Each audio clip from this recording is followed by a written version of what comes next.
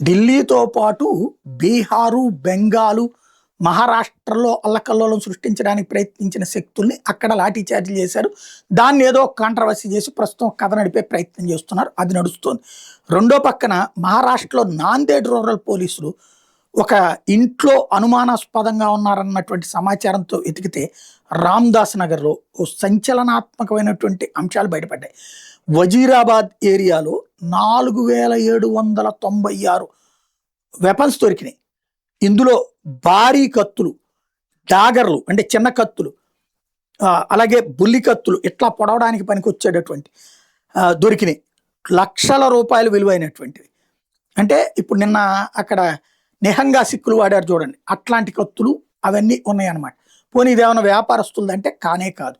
పోనీ ఏదైనా వ్యాపారుల గోడౌన్ అంటే కానే కాదు. ఎవరిది అన్నది చెప్పట్లేదు. ప్రస్తుతం ఆ ఇంటి వాళ్ళని పట్టుకెళ్ళి విచారిస్తున్నారు.